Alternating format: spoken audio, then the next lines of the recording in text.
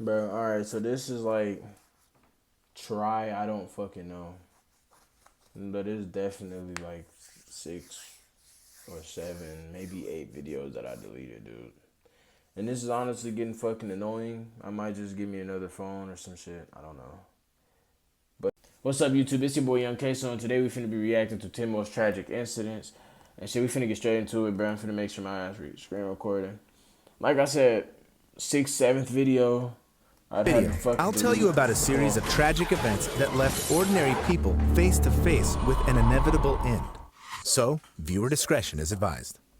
On March 1st, 2024, Sydney was driving her work truck across the Clark Memorial Bridge near Louisville. At the same time, 33-year-old Trevor Branham, whose license had recently been revoked, was maneuvering around a stalled car when he swerved into oncoming traffic. He crashed into the truck, a sedan, and finally, a semi.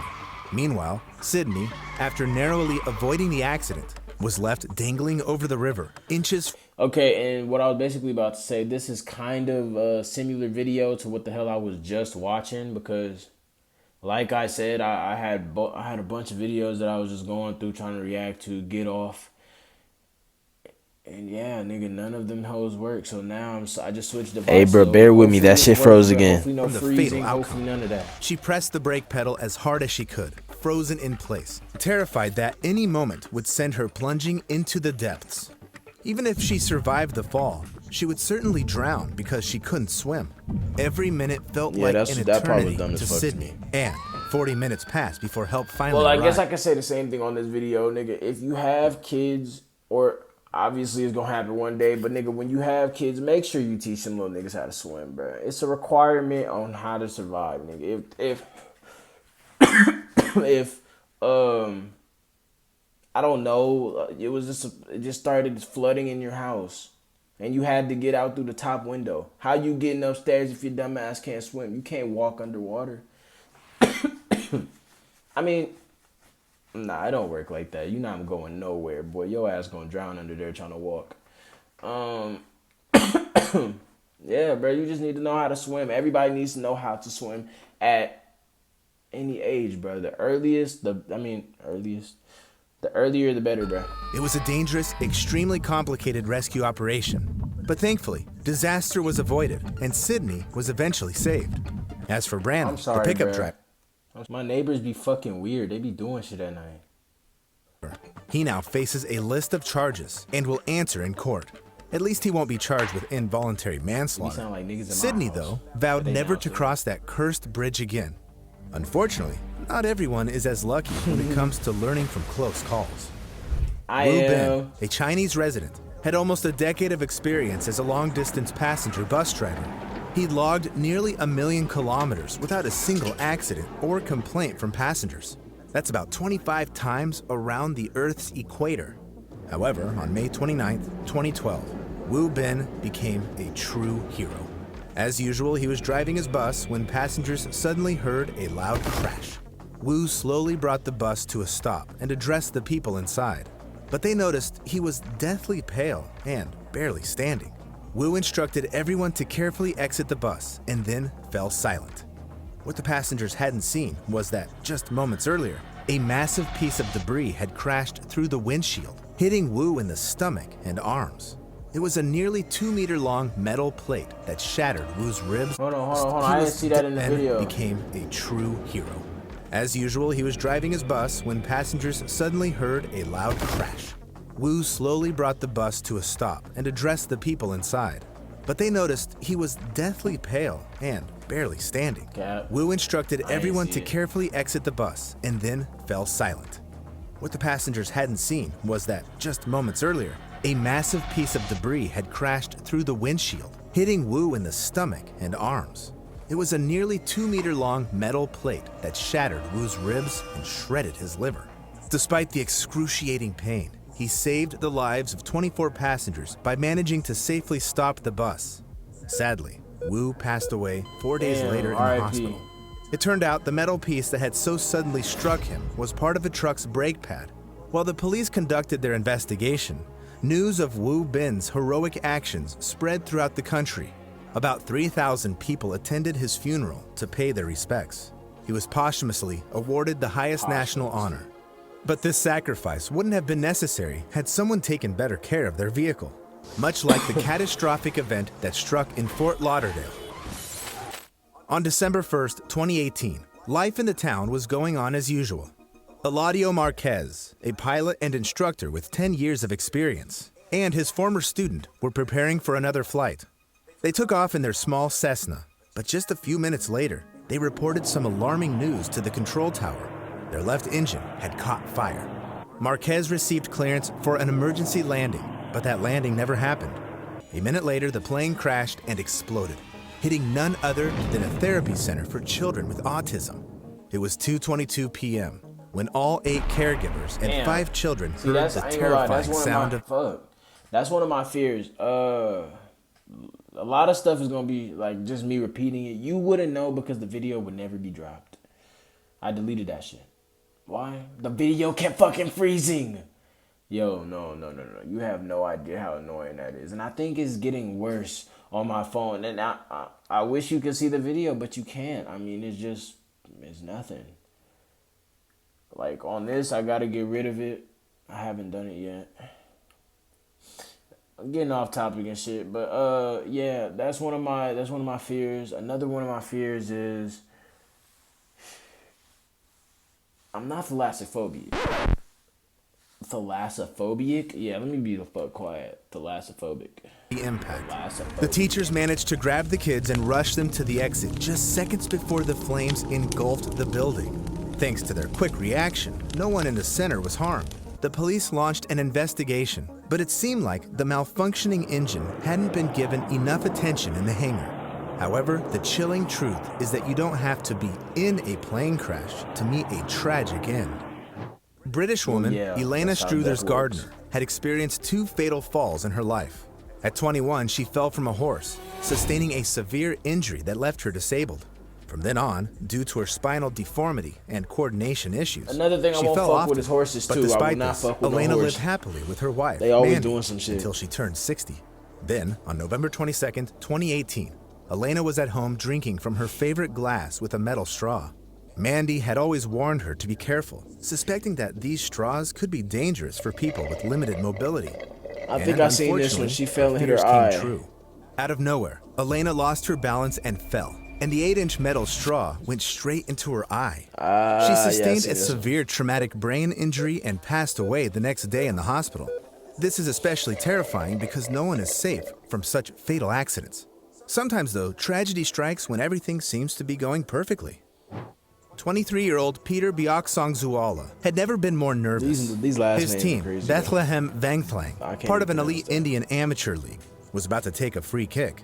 In the 62nd minute, his teammate finally took the penalty shot, but when the goalkeeper deflected the ball, Peter dashed in for the rebound and scored.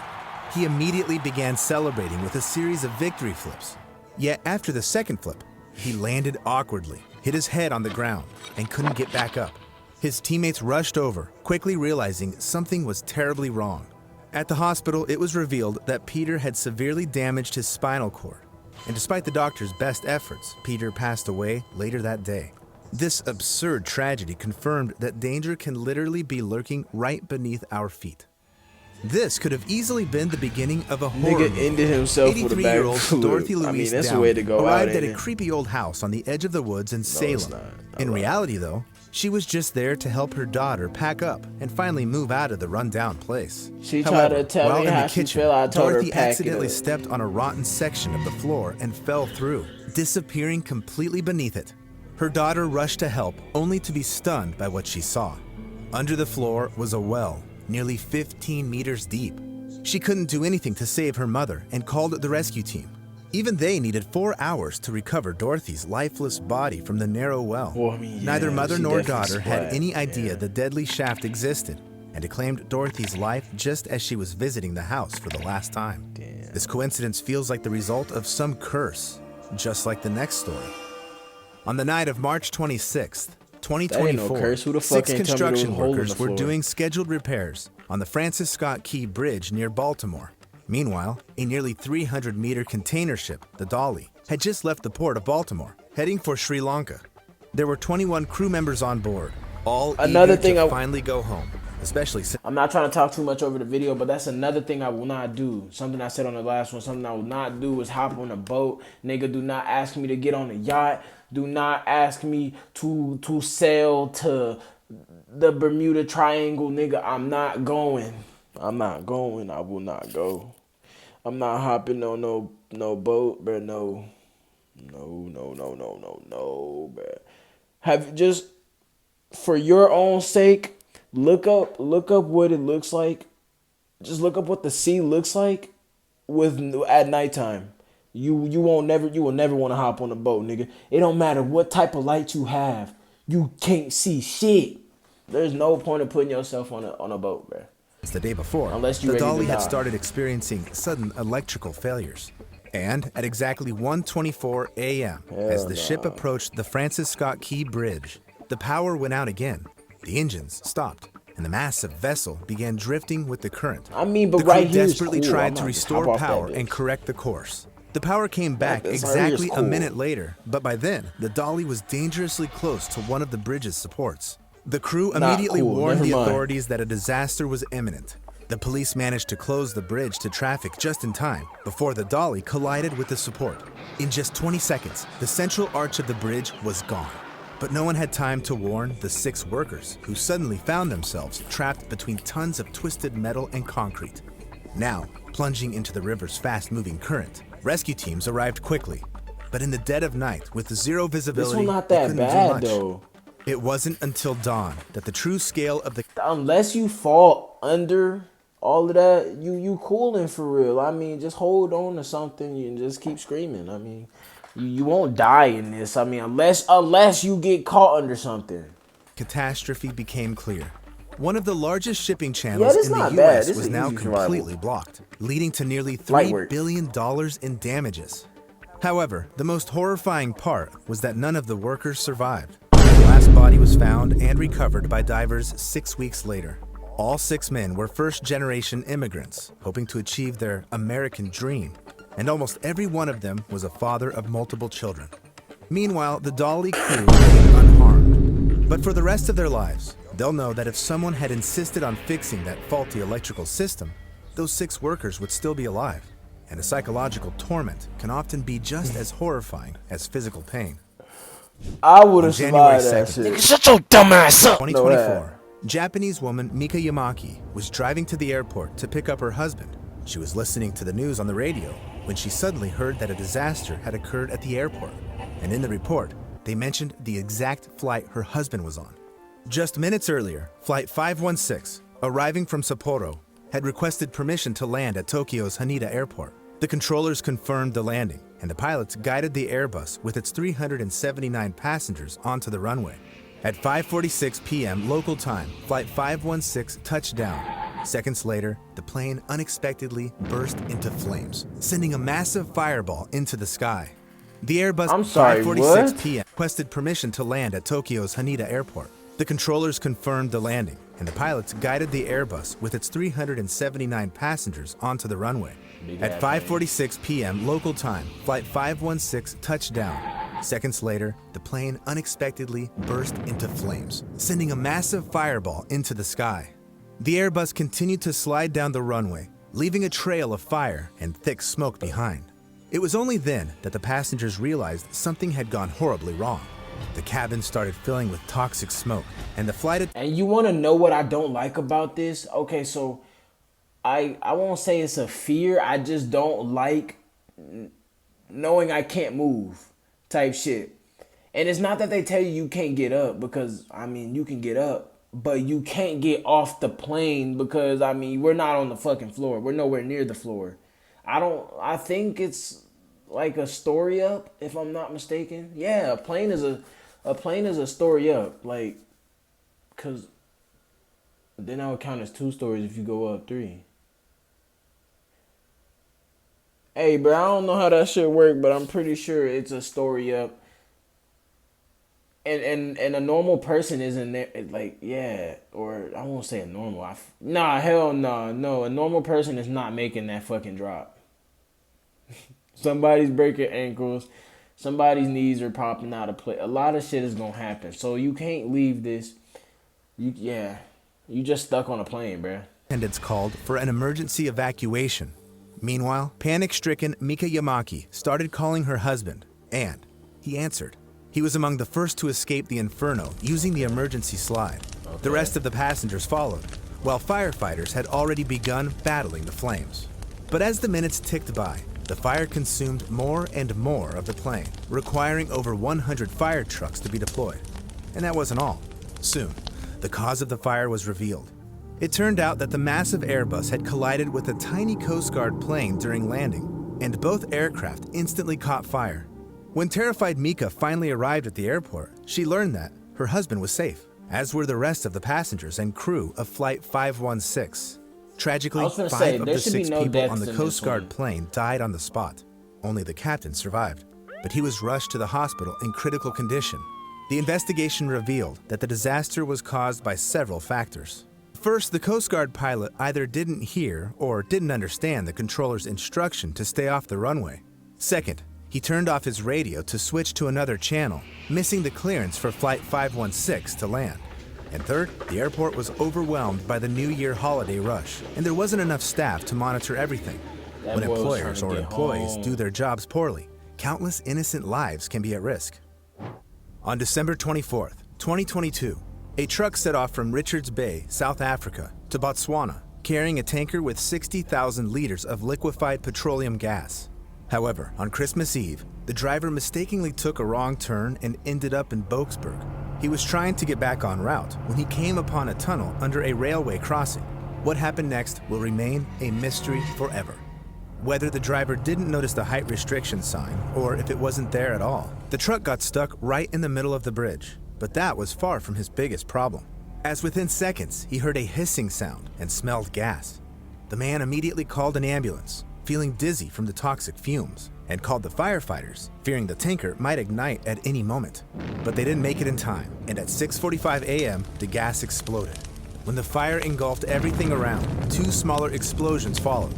They were clearly heard in the nearby houses and buildings, prompting locals to come out and see what had happened. Among them was 26-year-old Numitso Mashaba, who lived just 100 meters from the crossing. He left his children with his father in the house and rushed to make sure his wife Neo and his brother were okay. Dozens of people gathered around the flaming crossing when suddenly the 4th and most powerful explosion occurred. Everyone standing near the tanker was thrown back by the fireball. Their clothes instantly melted onto their bodies, and no one could get up again. The explosion destroyed the railway crossing, the fire truck trying to contain the flames, and several nearby homes and vehicles. The tanker detonated with such force that even a nearby hospital was reduced to ruins. 13 of its employees and 24 patients suffered severe injuries and burns. 8 medical workers and the driver in the hospital parking lot were killed. The Mashaba couple didn't survive either, and in the days following the disaster, the death toll rose to 41. Moreover, 2 people who were at the epicenter of the explosion are still considered missing. This gruesome reminder shows that even observing such accidents from a distance can be dangerous, and it's best to stay far away. Authorities were unable to determine who was to blame. Unfortunately, in many cases like this, those responsible avoid punishment, even if their mistakes have claimed dozens of lives. On the evening of July 2nd, 2024, well, I mean, that wasn't really his fucking fault. I mean, in the Hathras district of... You gotta think about it, bro. I didn't tell you to come outside and see why the hell my truck blew up. Dumbass nigga. Stupid. Why are you standing right there? Because you gotta think about it. You saw how close they were in the video, bro. They're pretty close. Like, they're far away to not feel the heat and shit. But they're pretty close. So, they're being sad, nigga. How would that have ever been his fault if he wasn't the reason it blew up? I mean, granted he was, but it was almost empty. He wasn't. Just hours earlier, the scene of an event shocked the world. It began as a typical Hindu prayer gathering. Local guru, Bola Baba, organized an assembly of his followers. He received official permission to host an event for 5,000 people. However, his followers numbered in the tens of thousands. And, as a result, the area became tightly packed with people. I mean, what you think? This was despite the 38 degrees Celsius heat. Entire families, including many women and children, stood there all day to listen to the guru's sermon. But the heat and suffocating conditions turned into a living hell. When the sermon ended and thousands of people surged toward the guru, trying to touch him, the volunteer guards couldn't calm the crowd, and visitors began literally trampling each other.